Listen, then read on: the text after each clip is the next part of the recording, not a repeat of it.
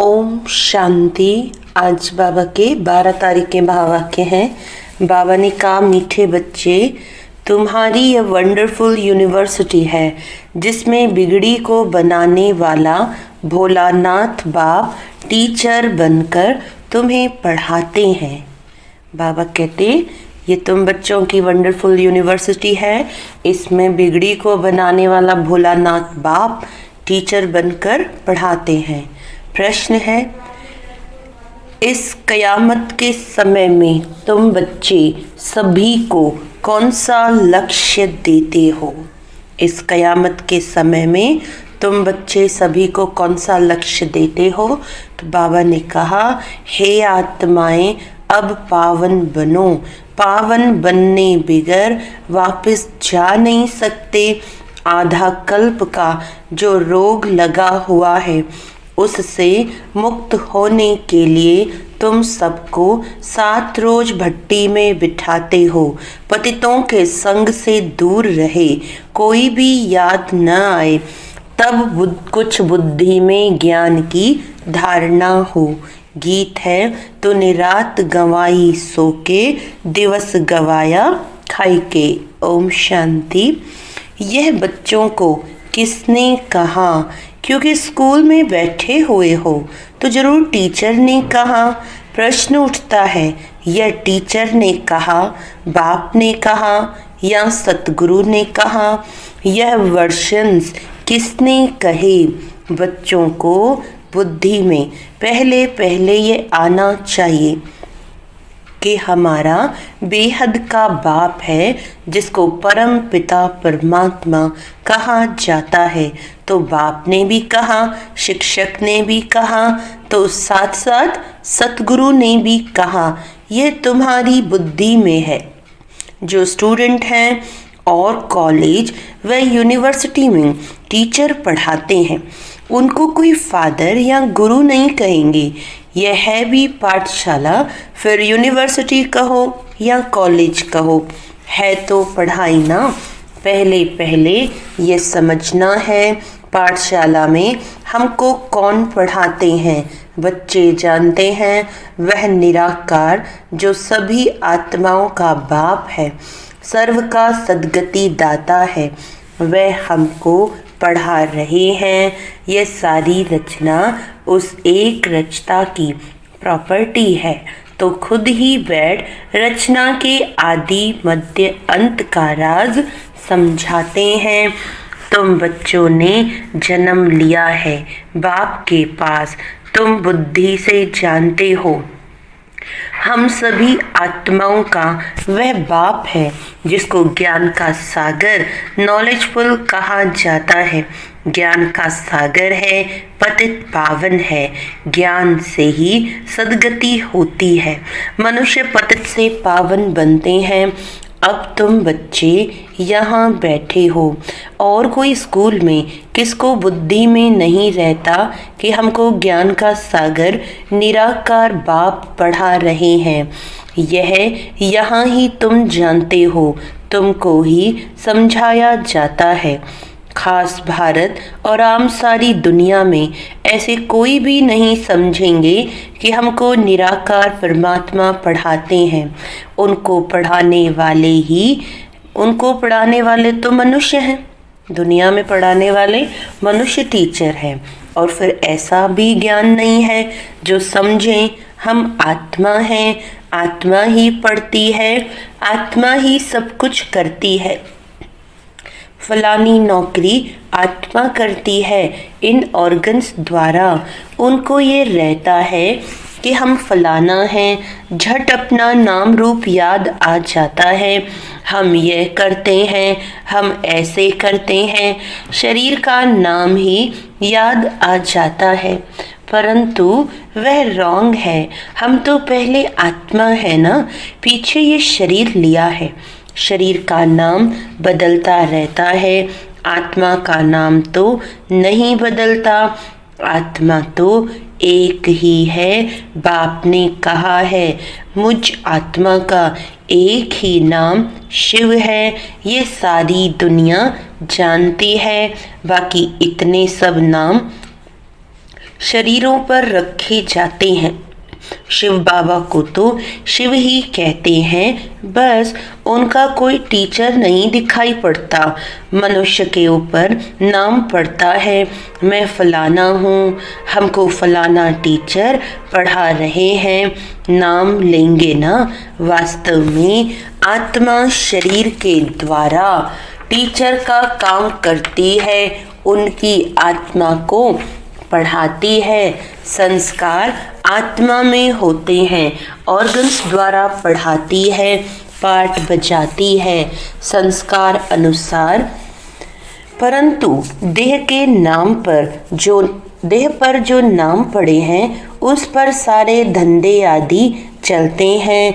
यहाँ तुम बच्चे जानते हो, हमको निराकार बाप पढ़ाते हैं। तुम्हारी बुद्धि कहाँ चली गई? हम आत्मा उस बाप के बने हैं।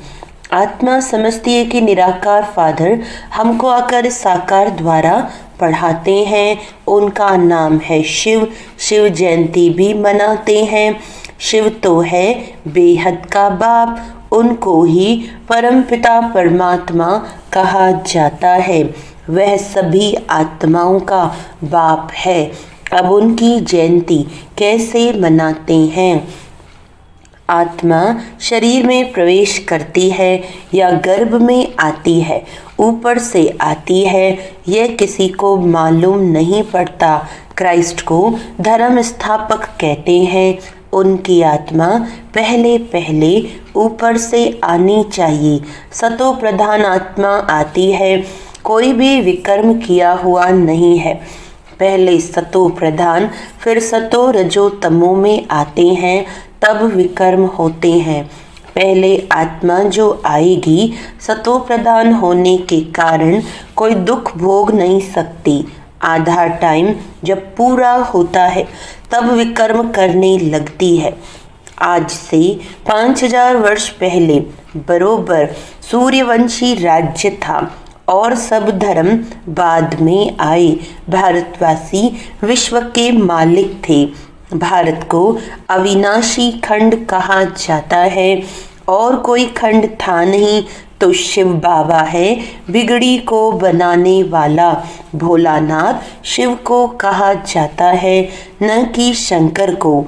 भोलानाथ शिव बिगड़ी को बनाने वाला है। शिव और शंकर एक नहीं है, अलग अलग हैं। ब्रह्मा विष्णु शंकर की कोई महिमा नहीं है। महिमा सिर्फ एक शिव की है, जो बिगड़ी को बनाते हैं। कहते हैं, मैं साधारण बूढ़े तन में आता हूँ। इसने पूरे 84 जन्म पूरे किए, अब खेल पूरा होता है।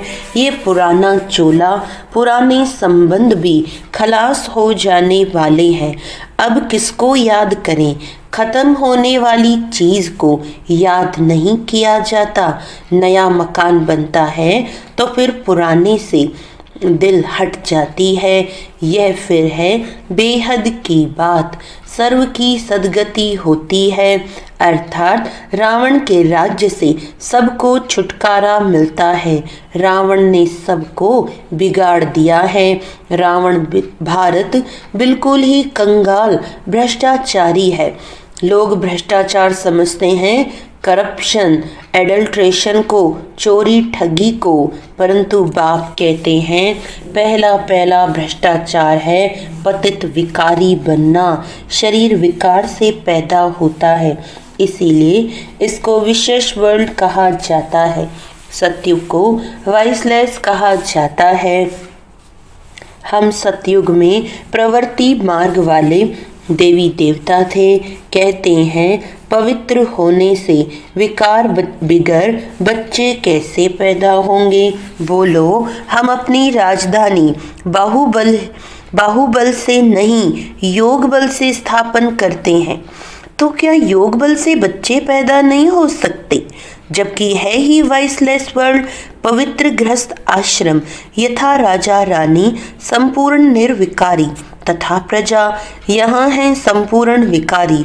सतयुग में विकार होते नहीं, उसको कहा जाता है ईश्वरीय राज्य, ईश्वर बाप का स्थापन किया हुआ।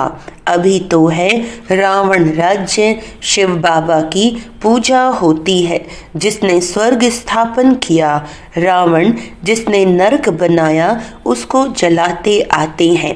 द्वापर कब शुरू हुआ यह भी किसको पता नहीं है, यह भी समझ की बात है।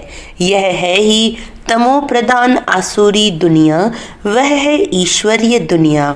उसको स्वर्ग दैवी पावन दुनिया कहा जाता है। ये है नरक पतित दुनिया। ये बातें तो समझेंगे भी वही जो रोज पढ़ेंगे। बहुत कहते हैं फलानी जगह स्कूल थोड़ी है, अरे हेड ऑफिस तो है ना, तुम आकर डायरेक्शन ले जाओ, बड़ी बात तो नहीं है। सृष्टि चक्र को सेकंड में समझाया जाता है। सतयुग त्रेता पास्ट हो गया, फिर द्वापर कलयुग, यह भी पास्ट हुआ। अभी है संगम युग। नई दुनिया में जाने के लिए पढ़ना है, हर एक का हक है पढ़ना। बाबा हम नौकरी करते हैं, अच्छा एक हफ्ता ज्ञान ले फिर चले जाना, मुरली मिलती रहेगी। पहले 7 रोज भट्टी में जरूर रहना है। पहले 7 रोज आएंगे, पर भले 7 रोज आएंगे परंतु सबकी बुद्धि एक जैसी नहीं रहेगी। 7 रोज भट्टी माना कोई की भी याद न आए, कोई से पत्र व्यवहार आदि भी न हो, सब एक जैसा तो समझ नहीं सकते। यहाँ पतितों को पावन बनना है। यह पतितपना भी रोग है। आधा कल्प के महारोगी मनुष्य हैं, उनको अलग बिठाना पड़े, कोई का भी संग ना हो। बाहर जाएंगे उल्टा सुल्टा खाएंगे, पतित के हाथ का खाएंगे। सतयुग में देवताएं पावन है ना, उनके लिए देखो खास मंदिर बनते हैं, देवताओं को फिर पतित छू ना सके। इस समय तो मनुष्य बिल्कुल पतित भ्रष्टाचारी है।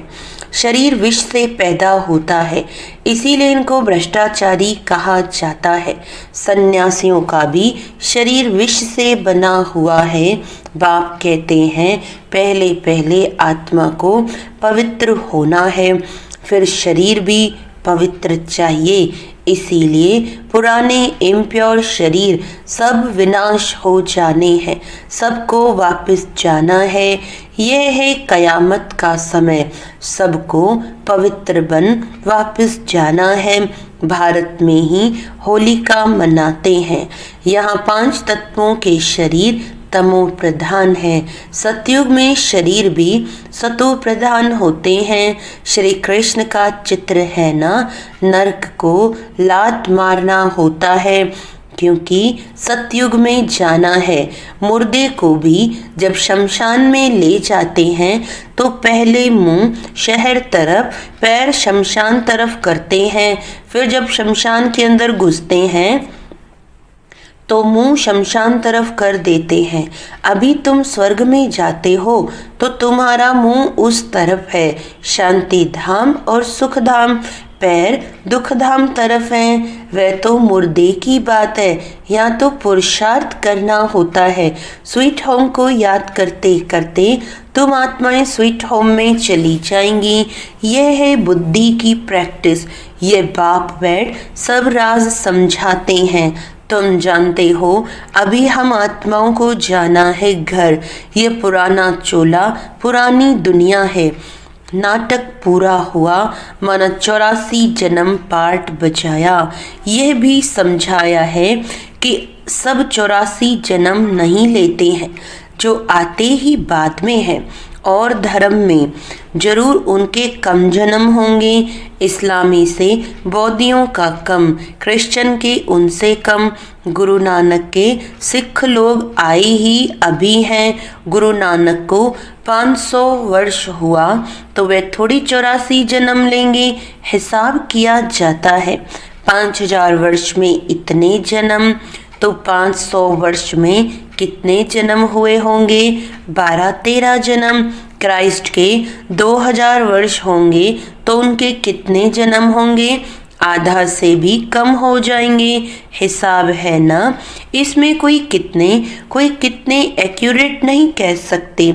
इन बातों में डिबेट करने में जास्ती टाइम वेस्ट नहीं करना है। तुम्हारा काम है बाप को याद करना। फालतू बातों में बुद्धि नहीं जानी चाहिए। बाप से योग लगाना, चक्र को जानना है। बाकी पाप नष्ट होंगे याद से, इसमें ही मेहनत है। इसीलिए भारत का प्राचीन योग कहते हैं, जो बाप ही सिखाते हैं। सतयुग त्रेता में तो योग की बात ही नहीं। फिर भक्ति मार्ग में हठ योग शुरू होता है। ये है सहज राजयोग। बाप कहते हैं मुझे याद करने से पावन बनेंगे। मूल बात याद की है, कोई भी पाप नहीं करना है। देवी देवताओं के मंदिर हैं क्योंकि पावन है। पुजारी लोग तो पतित हैं। पावन देवताओं को स्नान आदि कराते हैं। वास्तव में पतित का हाथ भी नहीं लगना चाहिए। यह सब है भक्ति मार्ग का रस्म रिवाज। अभी तो हम पावन बन रहे हैं। पवित्र बन जाएंगे तो फिर देवता बन जाएंगे। वहाँ तो पूजा आदि की दरकार नहीं रहती। सर्व का सद्गति दाता है ही एक बाप, उनको ही भोलानाथ कहते हैं। मैं आता हूँ पतित दुनिया पतित शरीर में, पुराने रावण राज्य में। हाँ, कोई के भी तन में प्रवेश कर मुरली चला सकते हैं। इसका मतलब यह नहीं कि सर्वव्यापी है। हर एक में तो अपनी अपनी आत्मा है। फॉर्म में भी लिखवाया जाता है तुम्हारी आत्मा का बाप कौन है, परंतु समझते नहीं है। आत्माओं का बाप तो एक ही होगा। हम सब ब्रदर्स हैं। फादर एक है, उनसे वर्षा मिलता है जीवन मुक्ति का। वही लिबरेटर गाइड है, सभी आत्माओं को ले जाएंगे स्वीट होम। इसीलिए पुरानी दुनिया का विनाश होता है। होलिका होती है ना, शरीर सब खत्म हो जाएंगे, बाकी आत्माएं सब वापस चली जाएंगी। सतयुग में तो फिर बहुत थोड़े होंगे। समझना चाहिए कि स्वर्ग की स्थापना कौन कराते हैं, कलयुग का विनाश कौन कराते हैं। सो तो क्लियर लिखा हुआ है। कहते हैं मिठरा घुर तघुरा, यानी प्यार करो तो प्यार मिलेगा। बाप कहते हैं जो मेरे अर्थ बहुत सर्विस करते हैं मनुष्य को देवता बनाने की, वे जास्ती प्यारे लगते हैं। जो पुरुषार्थ करेंगे वही ऊंच वर्षा पाएंगे। वर्षा आत्माओं को पाना है परमात्मा बाप से। आत्माभिमानी बनना पड़े। कई बहुत भूलें भी करते हैं, पुरानी आदतें पक्की हो गई हैं। कितना भी समझाओ तो वह छूटती नहीं, उससे अपना ही पद कम कर देते हैं। अच्छा, मीठे मीठे सिकिलदे बच्चों प्रति माता पिता बाप दादा का याद प्यार और गुड मॉर्निंग। रूहानी बाप की रूहानी बच्चों को नमस्ते। हम रूहानी बच्चों की रूहानी बाप दादा को याद प्यार गुड मॉर्निंग, नमस्ते नमस्ते नमस्ते जी। धारणा के लिए मुख्य सार है, किसी भी बात की डिबेट में अपना टाइम वेस्ट नहीं करना है। व्यर्थ की बातों में बुद्धि जास्ती न जाए। जितना हो सके याद की यात्रा से विकर्म विनाश करने हैं। आत्माभिमानी रहने की आदत डालनी है। इस पुरानी दुनिया से अपना मुंह फेर लेना है। शांति धाम और सुख धाम को याद करना है। नया मकान बन रहा है तो पुराने से दिल हटा लेनी है। वरदान है, माया के विघ्नों को खेल के समान अनुभव करने वाले मास्टर विश्व निर्माता भव। माया के विघ्नों को खेल के समान अनुभव करने वाले मास्टर विश्व निर्माता भव। जैसे कोई बुजुर्ग के आगे छोटे बच्चे अपने बचपन के अलबेलेपन के कारण कुछ बोल भी दें, कोई ऐसा कर्तव्य भी कर ले तो बुजुर्ग लोग समझते हैं कि ये निर्दोष हैं, अनजान छोटे बच्चे हैं, कोई असर नहीं होता है। ऐसे ही जब आप अपने को मास्टर विश्व निर्माता समझेंगे तो ये माया के विघ्न बच्चों के खेल समान लगेंगे। माया किसी भी आत्मा द्वारा समस्या, विघ्न या परीक्षा पेपर बनकर आ जाए तो उसमें घबराएंगे नहीं, लेकिन उन्हें निर्दोष समझेंगे। स्लोगन है, स्नेह, शक्ति और ईश्वरीय आकर्षण स्वयं में भरो तो सब सहयोगी बन जाएंगे। स्नेह, शक्ति और ईश्वरीय आकर्षण स्वयं में भरेंगे तो सब हमारे स्वतः ही सहयोगी बन जाएंगे। अच्छा, ओम शांति।